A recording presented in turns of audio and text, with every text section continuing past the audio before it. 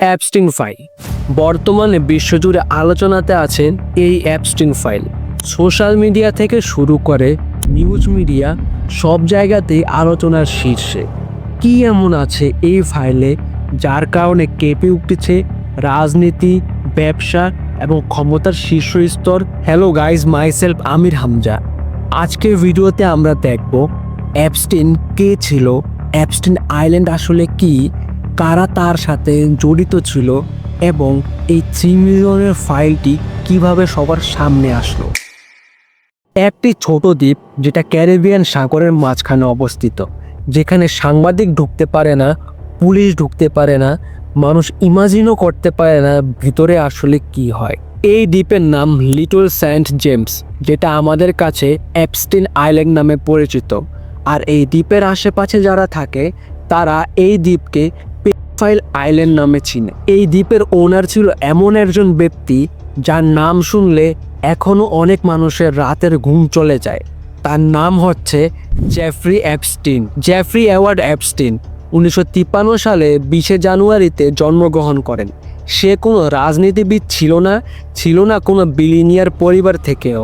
70-এর দশকে তিনি একজন স্কুল শিক্ষক ছিলেন। নিউ ইয়র্ক টাইমসের তথ্য অনুযায়ী 1976 সালে তিনি জর্জিয়ার একটি স্কুলে গণিত এবং পদার্থবিজ্ঞান পড়াতেন।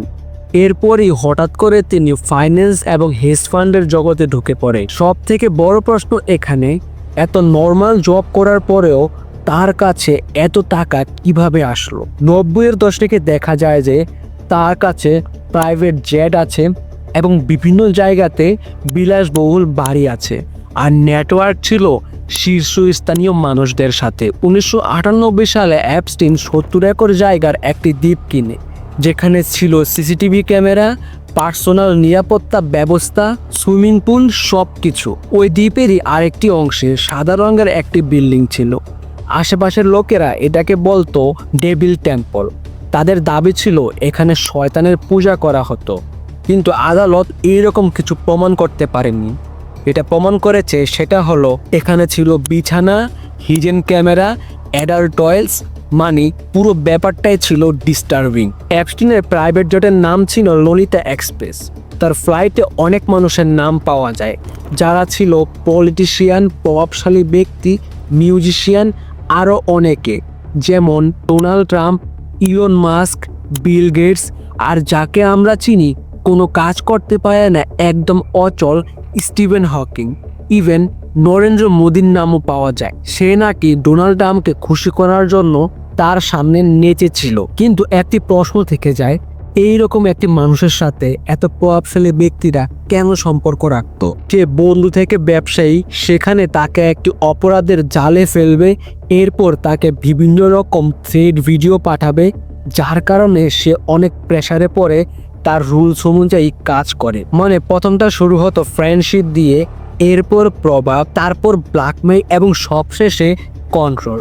অ্যাপস্টিন সবাইকে কন্ট্রোল করতে পারত ব্ল্যাকমেইলের মাধ্যমে। অ্যাপস্টিনের নজর ছিল ছোট মেয়েদের উপর, যাদের বয়স কিনা 10 থেকে 16 বছরের মধ্যে। This is me. This was me. This is me. When I met Jeffrey Epstein. This is me when I met Jeffrey Epstein. I was 14 years old. I was 16 years old. I was 16. 17, 14 years old. তাদের সাথে বিভিন্ন রকম যৌনাচারে লিপ্ত হতো, এরপর তাদেরকে মেরে party করত, খেত। ডোনাল্ড ট্রাম্প ওই দ্বীপে একটি পার্টি করত, যেখানে অ্যাপস্টিন আন্ডার এজ মেয়েদের নিয়ে আসতো এবং ট্রাম্প তাদের থেকে অকশনের মাধ্যমে মেয়েদের বেছে নিত। একজন ভিকটিমের এইরকম কথা ছিল যে সে এবং তার ফ্রেন্ডদের একটি পার্টিতে ডাকা হয়, যেখানে কিনা অ্যাপস্টিন এবং ডোনাল্ড ট্রাম্প উপস্থিত ছিল, কিন্তু সবশেষে তাদের অনেককে মার্ডার করে ওই আইল্যান্ডেই পুঁতে রাখা হয়। সবচেয়ে শকিং এটা ছিল যে ট্রাম্প 13 বছরের একটি মেয়েকে প্রেগনেন্ট করে ফেলে, আর তার নিউবর্নকে তার সামনেই মেরে ফেলে। আরেকটি বিষয় সবার সামনে উঠে আসে, বিল গেটস রাশিয়ান মেয়েদের সাথে ফিজিক্যাল হওয়ার পরে যৌন রোগে আক্রান্ত হয়, আর এর চিকিৎসা জেফ্রি অ্যাপস্টিন থেকেই নেয় এবং তাকে বলে দেওয়া হয় তার এই ফিজিক্যালের কথা এবং এই রোগের কথা কোনোভাবেই যেন তার ওয়াইফ জানতে না পারে। বিল গেটসের ডিভোর্স হয়ে যায়, কিন্তু মেলিন্ডা কেসের কিছু বছর আগের ইন্টারভিউতে কোনো না কোনোভাবে এই রোগের কথা একদম ম্যাচ হয়ে যায়। অ্যাপস্টিন ফাইলে আরেকটি রহস্যজনক বিষয় ছিল পিৎজা, আইসক্রিম, গ্র্যাব ইটিসি। পুরো ফাইলে পিৎজা মেনশন ছিল ৯,৫২৭ বার, আইসক্রিম মেনশন ছিল ৮,৬২৮ বার, গ্র্যাব মেনশন ছিল ৪,২৬১ বার। ব্যাপারটা নর্মাল মনে হলেও কোনোভাবে নর্মাল ছিল না।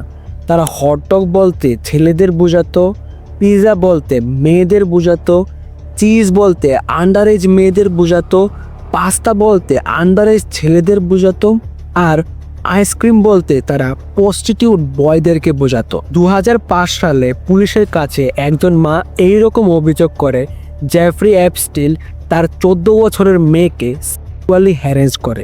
যখন পুলিশ এটা নিয়ে ইনভেস্টিগেট শুরু করে এবং তাকে জিজ্ঞাসাবাদের জন্য ডাকে, তখন তার মেয়ে আরও দুজনের নাম বলে যাদের সাথেও এই সেম কাজটি করা হয়েছিল। তাদেরকেও যখন ডাকা হয় তারা আরও দুজনের নাম বলে। এইরকম করে মোট ৩০ জন আন্ডার এইজের মেয়ের সন্ধান পাওয়া যায়। আর অ্যাপস্টিন সবাইকে একই টেপে ফেলতো। তাদের সবাইকে বলতো তাকে যদি মাসাজ করে দেয় তাহলে তাকে $200 থেকে $300 দিবে। আর ওই এলাকার মানুষরা বেশিরভাগই ছিল নিম্নবিত্ত। এমন অনেক মেয়েরাও ছিল যাদের ফ্যামিলি ছিল না, যার কারণে তারা রাজি হয়ে যেত সেখানে যাওয়ার জন্য। কিন্তু তারা জানতো না সেখানে গেলে তাদের সাথে কি কি হতে পারে। টাকা তো দিতই না, উল্টো তাদের জীবন নিয়ে সেখানে সংশয় থাকতো। অ্যাপস্টিন সবাইকে একই নিয়মে ডাকতো, টাকা দেওয়ার কথা বলে মাসাজের জন্য ডাকতো এবং সবশেষে যৌন নির্যাতন করত। এই কেসটি তার জীবনের বড় একটি ধাক্কা ছিল, আর এখান থেকেই ঘটনার মোড় নিতে শুরু করে। ২০০৮ সালে অ্যাপস্টিন এমন একটি ডিল করে যার কারণে তার শাস্তি অনেক কমে যায়, আর সেটাকে এখন পর্যন্ত বলা হয় সুইট হার্ট ডিল। সে মাত্র ১৩ মাসের কারাদণ্ড পায়, এমনকি দিনের বেলাতে সে অফিসে জব করার মতো অনুমতিও পায়। আর এই পুরো বিষয়টি ভিকটিমকে কোনোভাবেই জানানো হয়নি। এর মাধ্যমেই বোঝা যায় সে কত ক্ষমতাশালী একজন মানুষ ছিল, অথবা তার লিঙ্ক কত ক্ষমতাশালী মানুষদের সাথে ছিল। ২০০৯ সালের আরেকটি ঘটনা, গ্যাব্রিয়েলা রিকো মেক্সিকোর একটি হোটেল থেকে বের হচ্ছে আর চিৎকার করে বলছে ডিসকাস্টিং, খুবই অমানবিক, খুবই ভয়ঙ্কর। আপনারা বুঝতেও পারবেন না, আপনারা ভাবতেও পারবেন না ভিতরে কি হচ্ছে। ওরা মানুষের মাংস খাচ্ছে, ওরা মানুষের মাংসগুলোকে স্মেল করছে। আর এই ভিডিওটি প্রকাশ হওয়ার পরে তাকে আর কোনো জায়গাতে খুঁজে পাওয়া যায়নি। ২০০৯ সালে অ্যাপস্টিন আবার গ্রেপ্তার হয়, কারণ সে বাচ্চাদেরকে পাচার করছিল। আর এবার কোনো ডিল নেই, কোনো পাওয়ার নেই, আবার এমন কোনো সম্ভাবনা নেই যে কোনোভাবে তার শাস্তি কমে যাবে। সবাই ভেবে নিয়েছিল অ্যাপস্টিন এবার জেলে যাচ্ছে, কিন্তু ২০১৯ সালের ১০ই আগস্টে অ্যাপস্টিনকে তার লকার সেলে মৃত অবস্থায় পাওয়া যায়। অফিসিয়ালি রিপোর্টে এটা বলা হয় যে অ্যাপস্টিন সুইসাইড করেছে, কিন্তু একটি প্রশ্ন থেকে যায় যে ওই সময় তাদের সিসিটিভি ক্যামেরার কি হয়েছিল যে কাজ করছিল না, আর কার্ডরা ওই সময় কোথায় ছিল। এত হাই প্রোফাইল মানুষকে একা ছেড়ে দেয় কিভাবে? এই উত্তরগুলো এখনো অজানা। অনেকে বলে থাকে যে অ্যাপস্টিনকে প্ল্যান করে মারা হয়েছিল, কেননা তার পোস্টমর্টমের সময় তার বুকে ইউএস ফেডারেশনের একটি সিল পাওয়া যায়। এইরকম অনেক রকমের কথা ছড়িয়ে আছে। আমরা কেউই অ্যাপস্টিন বা তার আইল্যান্ড সম্পর্কে অবগত ছিলাম না, কিন্তু এই ব্যাপারটা অনেক আগে থেকেই ফেমাস ছিল। তার অনেক ছবি পাবলিকলি ছিল, কিন্তু হঠাৎ করে ইউএস ডিপার্টমেন্ট অফ জাস্টিস আদালতের আদেশে প্রায় 3 মিলিয়নের একটি ফাইল, যাকে অ্যাপস্টিন ফাইল নামে রিলিজ করে, যেখানে ফটোস, ভিডিওস এবং অসংখ্য ইমেল ছিল, আর যার মাধ্যমে পুরো পৃথিবীতে এই কেসটা ভাইরাল হয়ে যায়। এই পুরো ফাইলটি যদি আমি এক্সপ্লেন করি তাহলে এটির মতো 20টি ভিডিও মেক করেও শেষ করা যাবে না, কেননা এর প্রতিটি পেজের ঘটনা এত গভীর যার মাধ্যমেই পুরো একটি লং ভিডিও মেক করা যাবে। অ্যাপস্টিন তো জেলে যায়, শাস্তি পায় এবং মারা যায়, কিন্তু যারা তার সাথে জড়িয়ে এই সেম কাজটি করেছিল তারা কি নির্দোষ? এই প্রশ্নগুলো এখনো বেঁচে আছে। আবার ট্রাম্প ক্ষমতা থাকা অবস্থায় তার দেশের এত বড় একটি মাধ্যম থেকে এটি পাবলিক হয়। এর মাধ্যমে কি কোনো মেসেজ দিতে চাচ্ছে? এই জিনিসটি অনেক ভাবায়। Thanks for watching. প্রায় 10 মাস পরে এত লং ভিডিও মেক করলাম, তাও একটি ডিস্টার্বিং ফাইল নিয়ে। আমি চেষ্টা করব প্রতি মাসে 2 থেকে 3টি ভিডিও আপলোড করার জন্য। ততক্ষণ পর্যন্ত সবাই ভালো থাকো, সুস্থ থাকো। See you in my next video.